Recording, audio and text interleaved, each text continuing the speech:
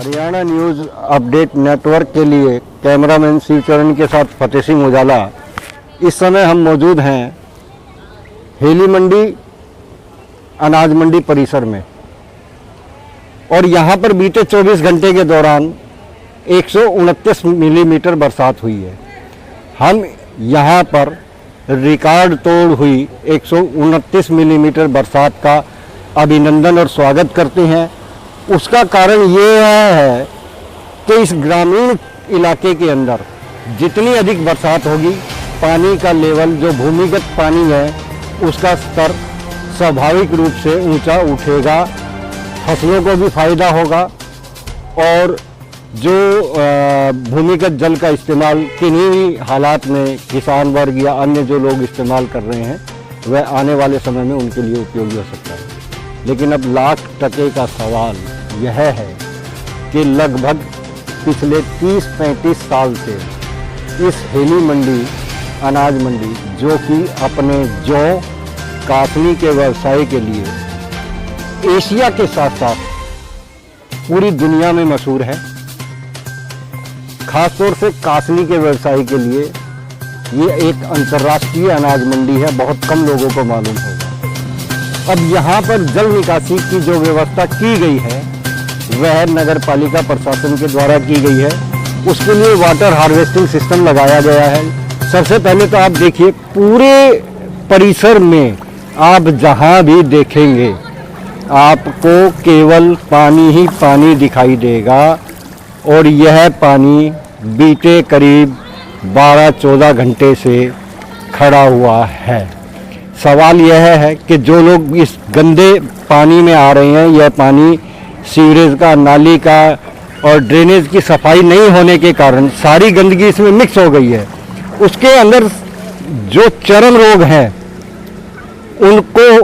उनकी होने की संभावना 100% है, क्योंकि इसके अंदर केमिकल भी मिक्स है, सड़ा हुआ अनाज भी मिक्स है। क्योंकि यहाँ पे व्यवसायियों के गोदाम हैं, गोदाम के अंदर भी पानी गया है, काफ़ी अनाज सड़ चुका है, पानी निकला नहीं है, नालों की सफाई नहीं हुई।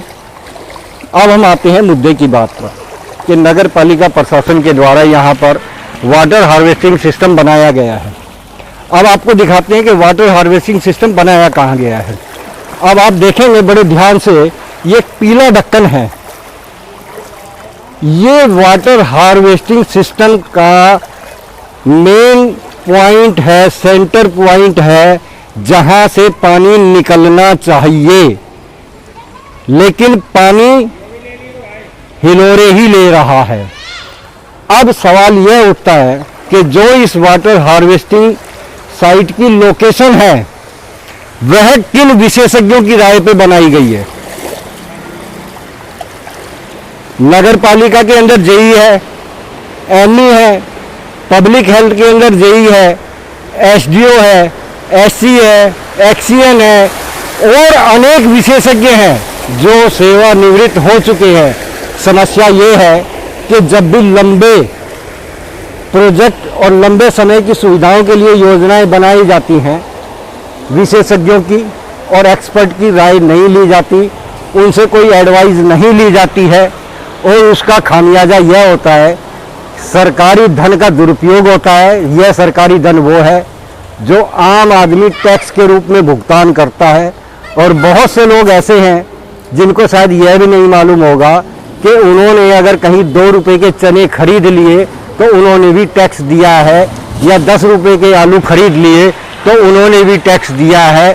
क्योंकि यह सामान जहाँ से भी आता है वो टैक्स से आता है और उसको जो टैक्स दिया गया उसको एक प्रकार से हिडन टैक्स बोलते हैं कि अप्रत्यक्ष टैक्स, जो कि दिखाई नहीं देता है लेकिन वो आपने भुगतान कर दिया है।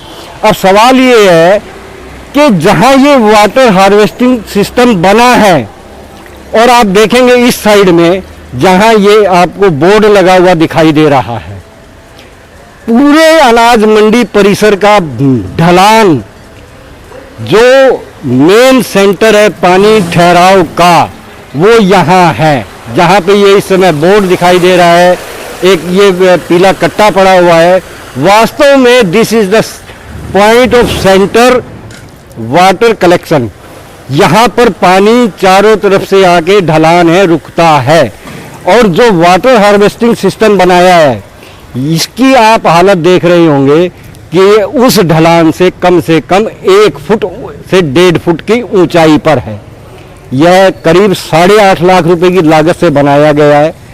अब सवाल यह है कि अगर यह जनहित में और जन सुविधा के लिए और अनाज मंडी जो कि करोड़ों रुपए का राजस्व सरकार को हर साल देती है, अगर वो 8.5 लाख रुपए भी खर्च करके उन व्यापारियों को, दुकानदारों को, आसपास के 100-125 गांवों से जो ग्रामीण यहाँ खरीदारी के लिए आते हैं, वो अगर यहाँ अपनी मूलभूत जीवन यापन का सामान खरीदने के लिए नहीं आ सकते, तो मैं ये कहूँगा हरियाणा न्यूज़ नेटवर्क ये कहेगा कि ये सब एक प्रकार से अपने लोगों की भलाई करने का एक प्रोपेगेंडा किया गया है कि वास्तव में काम होना चाहिए, तकनीक क्या है, किन विशेषज्ञों की राय से होना चाहिए, वो कोई भी नहीं ली गई है। अभी आप देखिए कि क्या हालात है, किस प्रकार से ये है। इस प्रकार से यहाँ हादसे होते हैं।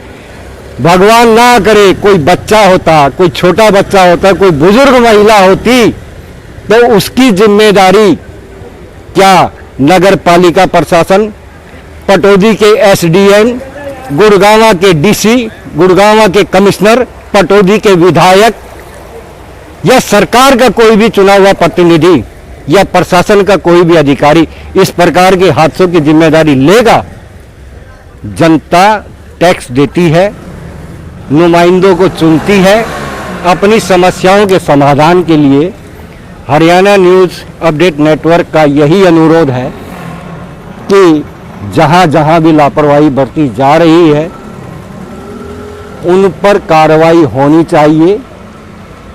और सरकार का धन, सरकार का पैसा बहुत कीमती है। विशेष रूप से कोरोना काल का इस समय दौर चल रहा है और कोरोना काल के अंदर सरकार भी बड़ा सोच समझ करके पैसे का इस्तेमाल कर रही है और आम जनता भी भूखा रह करके कि उनको सुविधाएं मिले, वो भी अपने सामर्थ्य के मुताबिक 10 रुपया, 5 रुपया, 100 रुपया, 1000, 2000, 5000, यहाँ तक कि कर्मचारियों के द्वारा एक दिन का वेतनमान, एक महीने की पेंशन, ये सब किस लिए दिया गया? इसलिए दिया गया कि प्रदेश का विकास हो, सरकार का नाम ऊंचा हो, सरकार की नीतियां और सरकार के काम लोगों को दिखाई दें।